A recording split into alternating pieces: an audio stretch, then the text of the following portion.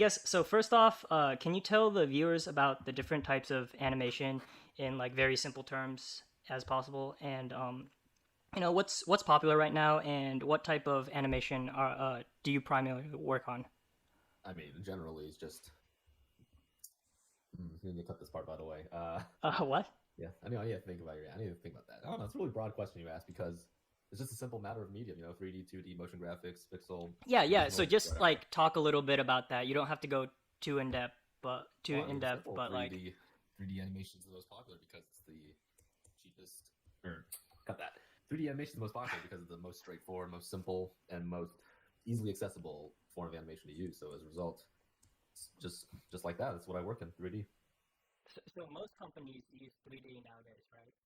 Yeah, of course. I mean, you look at Mm-hmm. what most films, they're all 3D. Games, majority of them work in a 3D engine, so it's natural to assume 3D is the most popular. Yeah, yeah, for sure.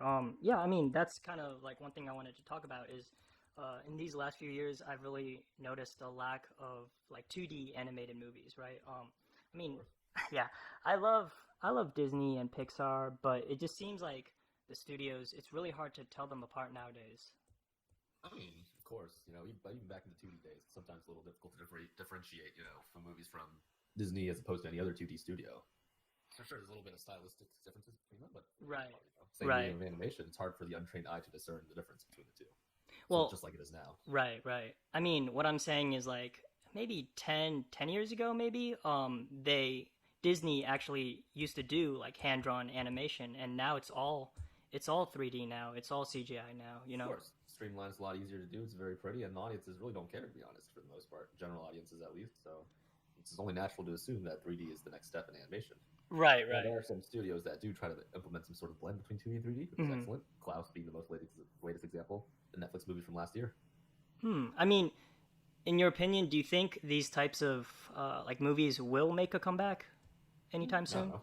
I don't know. Probably not. Simply a Probably matter of not. cost. That's a cost benefit thing. So you Movies for think mainstream audiences. movies from now on, animated movies, will pretty much always be 3D? I don't know. Probably. I mean, it's simply like I said. It's just a matter of costs. A lot cheaper to produce, and mainstream audiences don't really care. Now, of course, there's still plenty of 2D animated movies around. They're just less common. Indie films, shorts, generally a feature film by a world-renowned studio is typically just going to stay 3D. It seems. Right, right. I mean, here's what I will say. I think nowadays when you go to the movies, there's basically like three big categories that dominate the box office, right? There's sequels, reboots, and like the big blockbuster movies like Star Mm-hmm. Wars, Marvel, that sort of thing. And so one thing I've noticed nowadays is that the more risky and creative projects are, that probably would have never made it to the big screen or like a major network. Now they're getting picked up by streaming services, right? So, Mm-hmm. like Zack Snyder mentioned, how basically if it weren't for this era of streaming that we're currently in and HBO Max, that the Snyder Cut would have never happened, you know? Mm-hmm.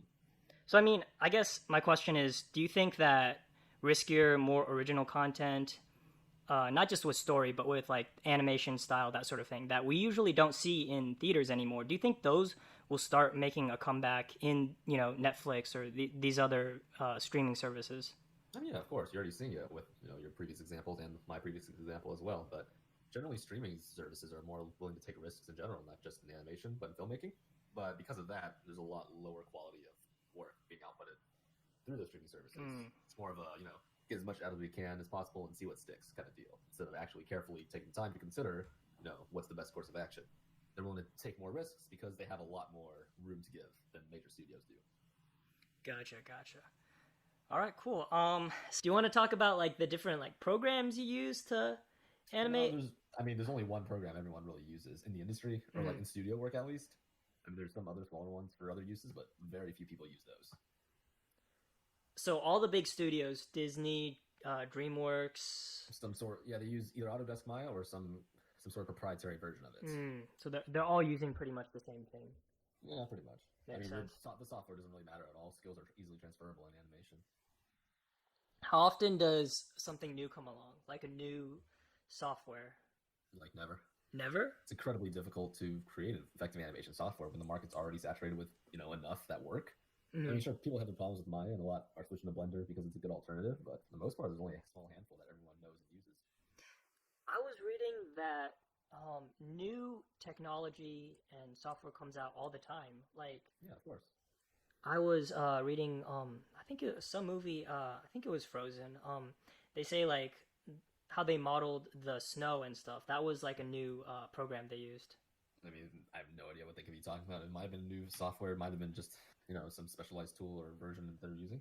I have no idea. And for some other movie, I think it was Zootopia. I was watching this making And of when they video. say new technology, that Right. can mean a lot of things. New software for animation doesn't rarely ever comes out. I mean, every year there's a new version of Maya, a new version of Blender, a new version of Mobu, but for the most part, it's still the same software. Okay. But yeah, I saw something that was like they were using it to make like pedestrians like in the background, with background Yes, characters walking like crowds. design. Yeah. Yeah, I heard that was they used. that's something different entirely, probably. So new like software doesn't really come out. New like patches come out. New I mean, yeah, iterations. new Okay. versions, new iterations. I mean, there might be some new tools, new techniques, and sure, there might be new pieces of software, but like the standard overall is pretty much the same. I have no idea overall, really. Hmm. Foreign film animation studios. Would you say like most of these are like do they make stuff for like I'm trying to think about how to word this. Do they come out with their own shows or do people in America who make shows hire them to animate the shows? I You mean, know it's what I both. mean? Yeah, it's both. It's both ways. Like, sure, American studios outsource to foreign work, and foreign Mm-hmm. work outsourced to American studios. It goes both ways. Of course, everyone makes their own work. Not everyone. I mean, even India. India is known for its outsourcing animation, but even then, they produce a lot of their own work. They outsource a lot of their No, animation. they get outsourced a lot. Oh, okay. Yeah, a lot of studios Really? outsource to India. Yeah, I I mean, heard it was. labor to China and India in general, just because labor's Yeah, cheap yeah. there. That's what they export. I heard it was mostly Korea that has a lot of animation studios. I mean, Korea does, yeah, mostly for games, because Okay. Korea. Well, actually, you don't know Games. because Korea pumps out a lot of Uh-huh. MMOs. So like it's like one every year, or every 2 years it Mm. seems. They have short lifespans too, so new ones are constantly coming out. But yeah, a lot of studios. There are a lot of game studios.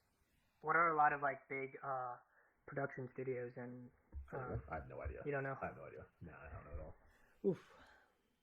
Nope. I don't know much. I just know that they make a lot of games.